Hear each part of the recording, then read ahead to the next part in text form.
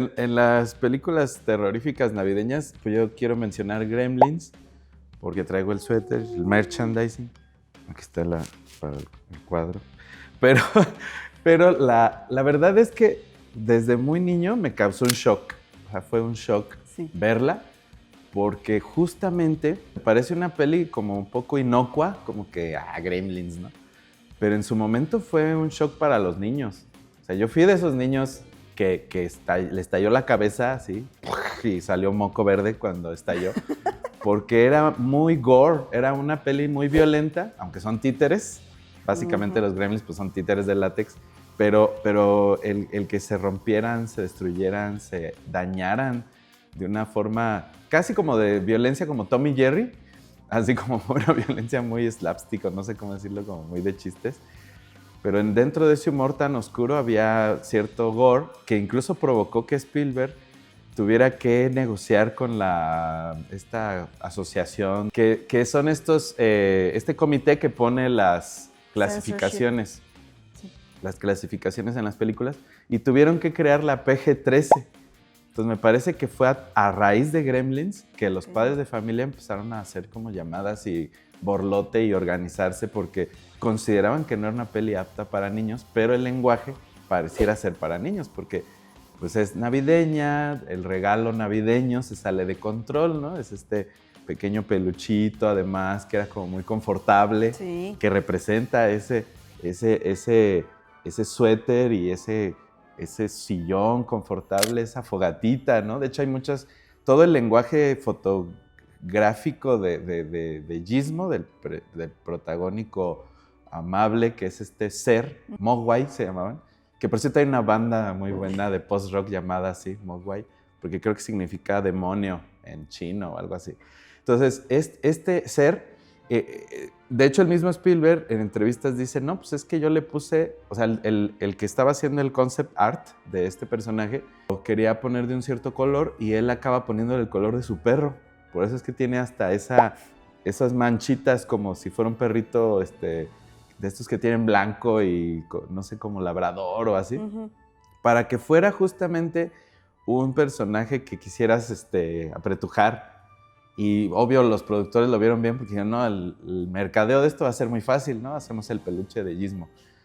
Tal fue la cursilería de Spielberg, de la que hemos hablado aquí ya varias veces, que incluso tuvieron que cambiar en el guión que Gizmo se volvía un gremlin, el líder, el que iba a hacer toda la revuelta, ¿no? O sea, todo el desorden y el desastre, el mayhem, la locura de los Gremlins iba a ser comandada por un Gizmo evolucionado monstruo, que Spielberg mismo dijo, no, ¿sabes qué? Ya creamos estos shots tan bellos, esta marioneta que se mueve tan bonito, ya lo hicimos tan adorable que ya no puedo convertirlo en el monstruo. Entonces se cambia un poco la lógica y desobedecen, de hecho, las reglas que habían creado para los Gremlins con tal de dejar al personaje de alivio, como de fuga, para que pudiera seguir apareciendo en pantalla y que hiciera mancuerna con el chico para detener a los monstruos que de hecho son como culpa de ellos mismos. Entonces como que todo esto nos muestra incluso la indecisión de producción y de guión y de dirección que hubo en Gremlins. O sea, realmente sí fue una locura de producción en términos de que no sabían cómo darle forma para lograr esta como Navidarks, ¿no? O sea, sí querían una peli navideña provocadora con un lenguaje de terror muy ochentero, pero sí creo que estas decisiones como de último minuto le dieron este sabor tan agridulce que a mí me encanta porque es justamente como que yo la estaba viendo y yo decía, sí, ya sé por dónde van, ya es como ya sé Hallmark, ¿no? Y no, o sea, tenía estas vueltas de tuerca demasiado agresivas o demasiado sorpresivas que creo que a todos por eso se volvió un clásico instantáneo, porque salió del molde, se rompió el molde y salió de la típica lección incluso. O sea, incluso hay hasta antivalores pues en las películas. Sí, claro, son como antihéroes, ¿no? Sí. También, sí. Yo, ahorita que mencionas, yo fui una de esas niñas a la que le daban miedo y aparte me inculcaron el miedo a los Gremlins. No veas eso porque son monos feos. Y pues me daban miedo porque Pues no son precisamente bonitos una vez que les cae agua y empiezan a reproducirse. Solo hay que seguir la regla. Exactamente. Y luego me acuerdo que salieron al mercado los famosos Furbies. Esos Y muñequitos también que daban miedo. y son como los primos nice, ¿no? Los primos ricos de los gremlins. Y pues yo tuve mi Furby y era como esa semejanza al gremlin de que, ay, se va a despertar en la noche. Y sí se prendían en la noche. Hay muchas historias. Sí, entonces eso reforzaba la idea de que los gremlins eran malos y pues te tenían que dar miedo. Y pues sí, yo sí crecí con ese miedo a esas criaturitas. Además eran un mito antes de la película, porque se basan en mitos, o sea, pues, el cineasta toma de la cultura popular. Y sí, yo tenía esa teoría, porque yo de niño había visto también en Looney Tunes a este Bugs Bunny tratando de detener a un dichoso gremlin. Pero yo como que como en esa mentalidad de niño, en esos 90s lejanos ahora, y que no tenías internet y no había cómo corroborar la información, yo decía, bueno, ¿quién fue primero? O sea, ¿el gremlin de Bugs Bunny o el gremlin de Spielberg y Chris Columbus?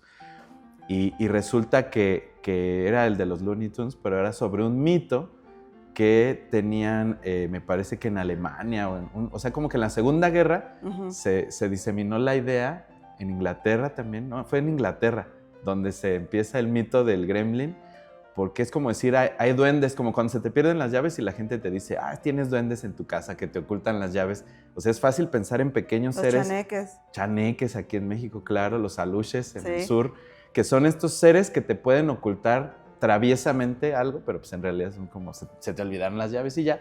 Y entonces en la guerra había tanto miedo a que los aviones fallaran, porque de por sí da miedo subirse a un avión, ahora imagínate que te dé miedo subirte a un avión en la guerra, y un avión de combate, y un avión fabricado casi acabadito de entregar y hecho como a prisa. Pues claro que había miedo subirse a un avión de esos, ¿no? O sea, quién sabe si las tuercas estaban bien apretadas, y decían que había unos seres que aflojaban las tuercas de los remaches o la hélice. Entonces diseminan estas ideas, pues yo creo que empezó como una broma y acaba siendo algo, pues ya un mito de la cultura que se diseminó como la guerra efectivamente fue mundial, pues traspasa las fronteras sin internet, ¿no? De pura boca en boca. Imagínate, la gente sí los creía ver. De hecho hay un episodio muy bueno de La Dimensión Desconocida, donde ya aparece más formalmente el gremlin.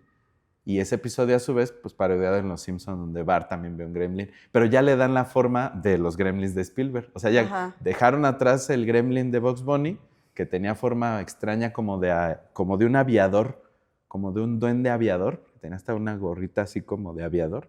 Y creo que sus orejas simulaban alas. Entonces también tiene este origen. Claro. Tenía un origen oscuro ya. O sea, a mí me encantaba la idea de que estos seres pues pudieran estropearle la Navidad a cualquiera. Y bueno, en sí las películas todavía son divertidas, son muy antiguas. Tal vez los efectos de stop motion, de marionetas, ya están muy, se envejecieron mal tal vez. Pero aún así creo que es interesante ver cómo se destruye el concepto de tranquilidad. Sí. Porque no solo es como que le pase al chico sino en la 2 se van más grande y ya es como un Die Hard, pero por gremlins, ¿no? O sea, destruyen el edificio, todos los duendes se vuelven McClane ahí. Sí, pues sí, ya los gremlins ya se volvieron ícono de la Navidad, son como las esferitas del árbol también, que es la película que se tiene que ver, o una de las que se tienen que ver en esta época.